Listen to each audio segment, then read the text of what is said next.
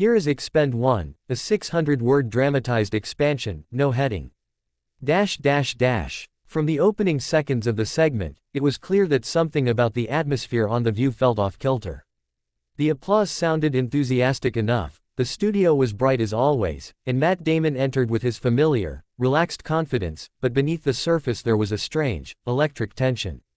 Maybe it was the topic of the day, maybe it was the mood of the panel, or maybe it was simply one of those mornings when too many personalities collided in a space too small.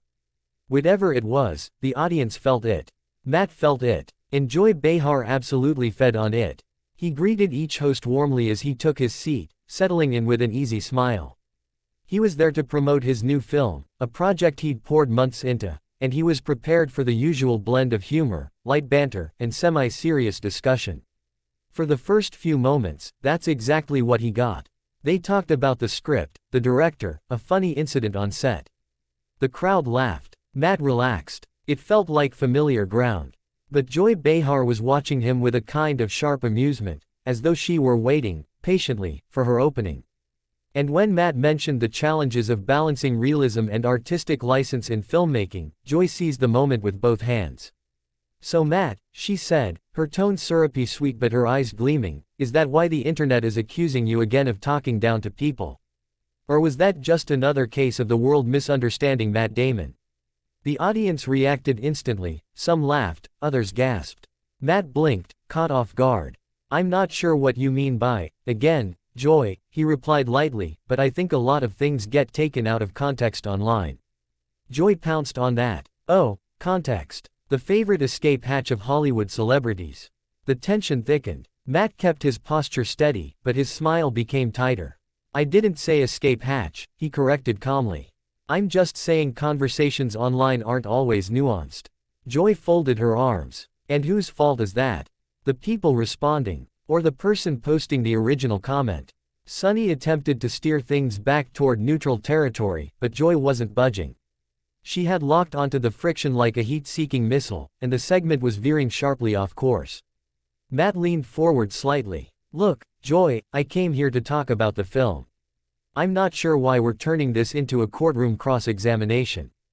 Joy gave a short, sharp laugh.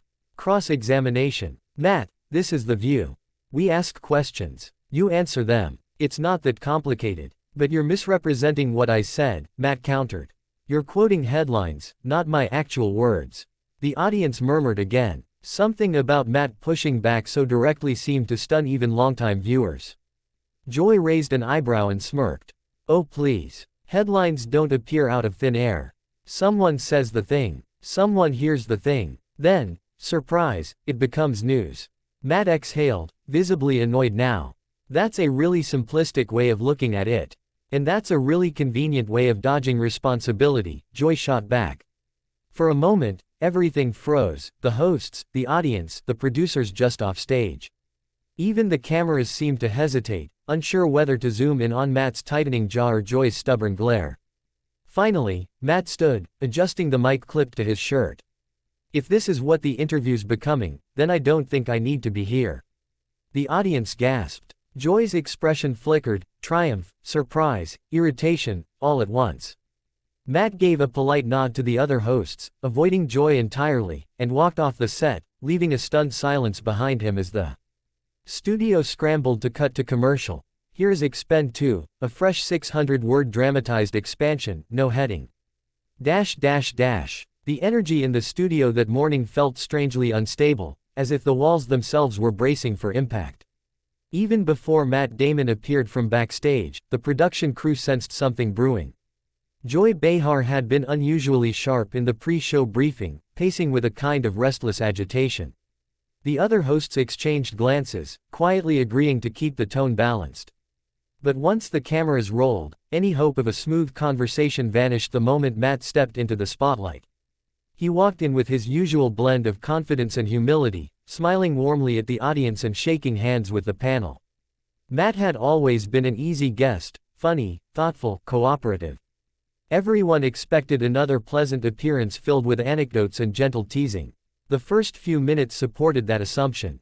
He spoke enthusiastically about his new film, laughing as he recounted an on-set mishap involving a malfunctioning prop door that trapped him and two co-stars for nearly 10 minutes. The crowd adored it. Laughter echoed across the studio. Even Joy chuckled, though hers had an edge to it. But it was when Matt shifted into a more reflective tone, discussing how actors navigate public scrutiny, that the storm clouds began to gather. People have strong reactions these days, Matt said. Sometimes they react before they even understand what you meant. Joy's smile thinned like a string pulled tight. She leaned forward, resting her elbows on the table. Is that your gentle way of saying audiences are too sensitive? That we're all just waiting to be offended? Matt blinked, caught slightly off guard. No, that's not what I said. I'm just saying. But that is what you implied, Joy pressed, her voice rising enough for the audience to sense the shift. Matt kept his composure. I'm implying that context matters. The internet tends to remove nuance. Joy scoffed loudly. Nuance. Right. The magic word celebrities use when they want to excuse something they said that didn't land well. A low ripple ran through the audience. Some leaned forward eagerly, others shifted uncomfortably. Sarah tried to interject, but Joy lifted a hand lightly, signaling she wasn't done. You've had a few of those moments yourself, haven't you, Matt? Joy continued, tone turning pointed. Comments that made people question whether you really understand the world outside your Hollywood bubble. Matt's jaw tightened, but only slightly. If you're referring to misquoted interviews, sure, he answered. But I think bringing them up here, out of context, is misleading. Joy raised an eyebrow. Oh, you want context? We can bring up the exact wording if you'd like. The room felt frozen in place. This wasn't the spirited banter viewers expected. This was a genuine clash of philosophies, egos, and expectations. Matt shifted in his chair, clearly weighing his next words carefully. Joy, you're twisting this, he said quietly but firmly. You're taking the least charitable interpretation possible and presenting it like fact. Oh please, she snapped. If we don't question public figures, who will? It's not my job to make you comfortable. And it's not your job to mischaracterize me, Matt shot back. His tone wasn't angry, just deeply disappointed. The audience reacted with a collective gasp, and the crew behind the cameras scrambled in silent panic. This was live television, drama was fine, but open conflict of this intensity was uncharted territory. Joy, usually quick with a comeback, tilted her head and stared at him for a beat. If you can't handle tough questions, Matt, maybe you're in the wrong chair. Matt exhaled, sharply, stood up, and adjusted the mic clip to his jacket. Then maybe I shouldn't be in this chair at all. The studio erupted into noise, gasps, murmurs, someone clapping before realizing no one else was. Matt gave a courteous nod to the hosts who weren't sparring with him and walked off set. Joy remained frozen, her expression caught between shock and defiance, as producers rushed in from the wings to cut to commercial. Here's Expend 3, a new 600-word dramatized expansion, no heading. The moment Matt Damon walked onto the set of The View, the audience lit up with excitement. He waved, smiling with the easy charm of someone who had done this 1,000 times, someone who knew how to make a room feel warm within seconds. But as the applause faded, a subtle tension began to creep into the space, something invisible, but heavy enough that even the camera operators felt it. Joy Behar, seated at the far end of the table, was wearing a look that could only be described as anticipatory. Not cheerful, not curious, anticipatory, like she already knew the interview wasn't going to stay polite for long. For the first few minutes, everything proceeded normally. Matt talked about spending months overseas filming, how demanding the physical stunts had been, how grateful he was for the people who worked behind the scenes. He even joked about accidentally giving himself food poisoning on set, which drew a loud burst of laughter from the audience. For a moment, the tension eased. But then Joy glanced down at her note cards, tapped them twice on the table, and lifted her eyes with that unmistakable glint. The kind that meant she was about to stir something, whether intentionally or not. So Matt, she began, tone sugary but sharp beneath the surface, there's been some online chatter about a few things you've said recently, you know, about actors' responsibility and how you think people react too quickly to public comments. Matt shifted slightly, adjusting his posture. There's always chatter, he replied lightly. Most of it's exaggeration. Joy pounced. Exaggeration. Or did you just not think before you said it? The air went still. No one expected her to leap straight to confrontation, at least not this early. Matt blinked once, slowly, trying to parse her intention. I think things get taken out of context, he offered. Sometimes a sentence becomes a headline, and the meaning gets lost. Joy leaned in, voice growing more pointed. But isn't that convenient? Blame the headlines, blame the internet, never the celebrity who said it. Matt's expression tightened. Not angry, but clearly put off. I didn't blame anyone. I just said context matters. Joy gave a dry, humorless laugh. You actors love that word, don't you? Context. It's like your magic shield. The audience reacted, some chuckled uncomfortably, others murmured in disbelief. Matt inhaled slowly. I'm here to talk about the film, he said. Not defend myself against things you're twisting. That landed like a slap. Joy's eyebrows shot up. Twisting. Matt, this is The View. We talk about real topics. If you can't handle that. I can handle real topics, he interrupted, voice steady.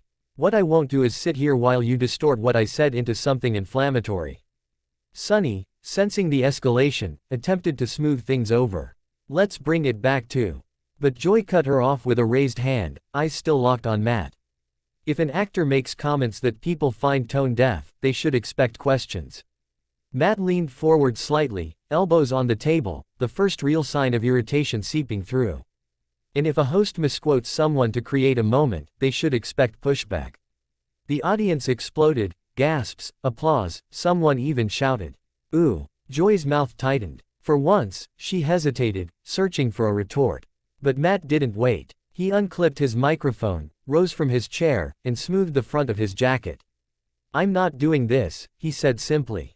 Not like this. The studio fell into stunned silence, broken only by the distant hum of equipment. The producers waved frantically from the sidelines, but Matt was already walking off. He nodded politely to the other hosts, then disappeared backstage without looking back.